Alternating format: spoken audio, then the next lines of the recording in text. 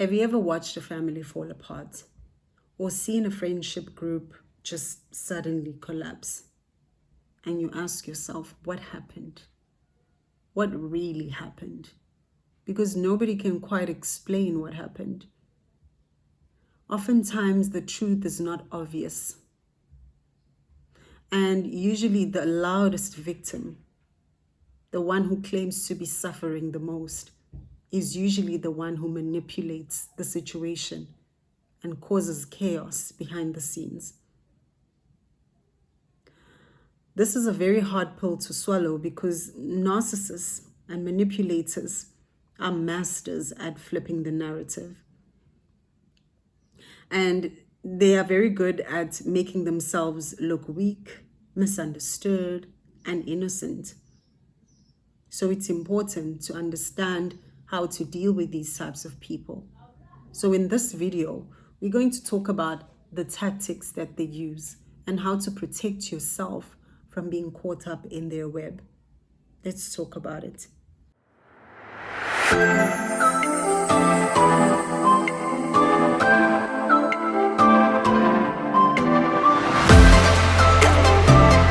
Welcome back to the Infinite Carousel. My name is Promise, and here we talk about real growth, the messy, the beautiful, the imperfect kind, the master of illusion.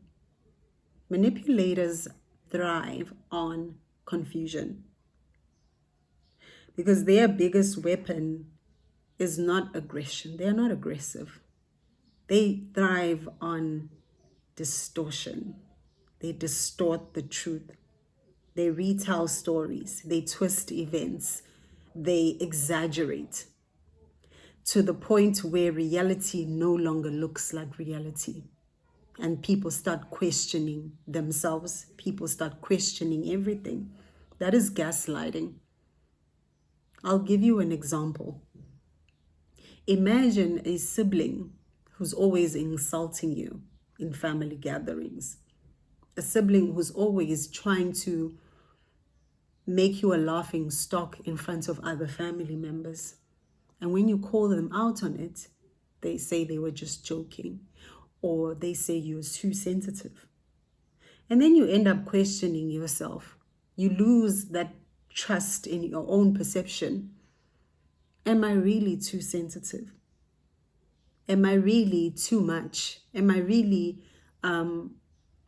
not how other people should be? Am I really not a normal person? This person has succeeded in gaslighting you because now you are questioning yourself. You're questioning your own perception of yourself. Playing the victim. You see, gaslighting, it's not enough. Gaslighting is not enough for the manipulator. So in order to really gain power, they play the victim. They become the star of a tragedy, or the star of a bad situation. Let me give you an example. Imagine that you that you lent money to a friend. And when you ask for your money back, they start playing the victim. They start telling you about their problems. They start crying and they start reminding you of how bad things are going in their life. And they tell other people how insensitive you are for asking for your money while they are going through such pain. And they cry and they manufacture sympathy from other people so that you are the bad guy. And this works really well because as humans, we are designed to have sympathy for people who are hurting. So they use tears and emotions to make other people think that they are the victim and you are harassing them, asking for your money when you know they are going through such pain, or they're going through such a tragedy or a bad situation.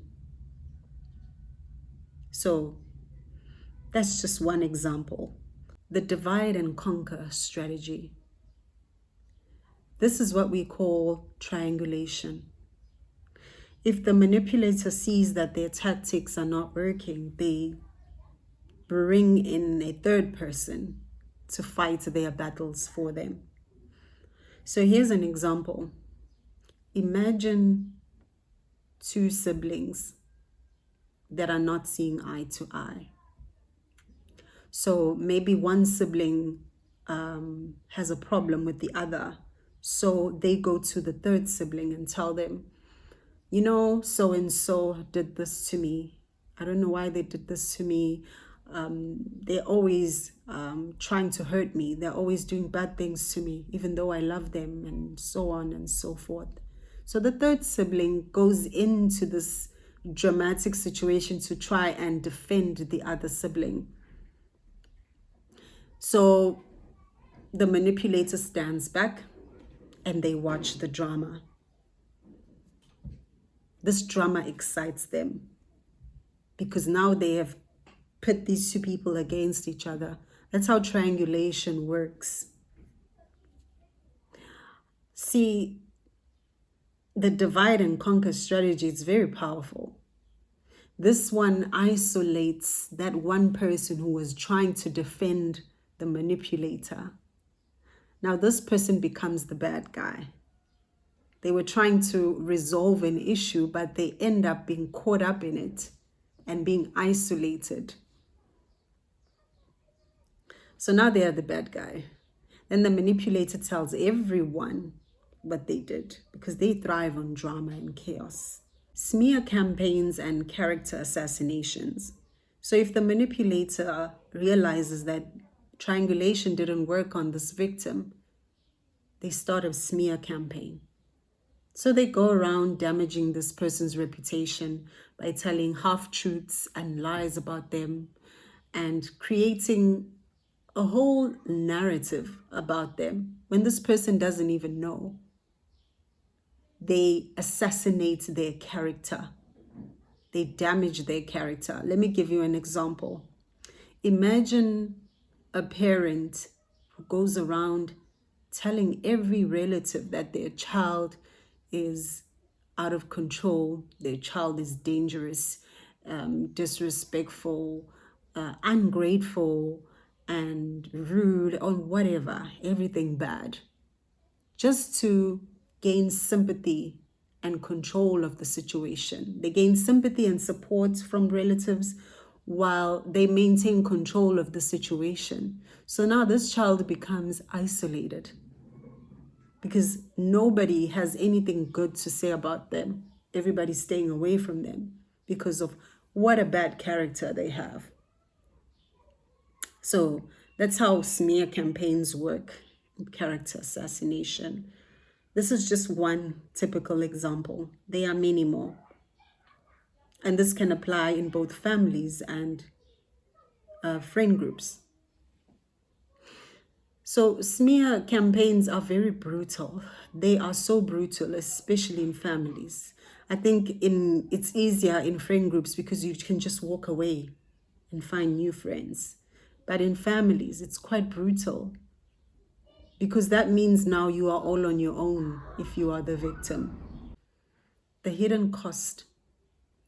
The damage caused by these tactics runs very deep. Families fall apart, sometimes even permanently. Friendships collapse. The victim becomes isolated. And the most heartbreaking thing is that the people in the circle don't even realize that they are being manipulated. So the people in the circle feel like they are protecting a victim from harm or danger. But they are actually destroying a victim. Spotting the warning signs. So in order to protect yourself, you need to be able to see the signs. So firstly, you could watch for patterns. Are they always the victim in their story? Are they always victimized, and are people always doing things to them? Another thing to look out for is inconsistency. Look out for inconsistencies in their story. Does the story keep changing? Does it keep getting more and more dramatic every time they retell it? because manipulators thrive on drama. Number 3, you need to check for accountability. Are they able to admit a fault? Are they able to admit that they are wrong?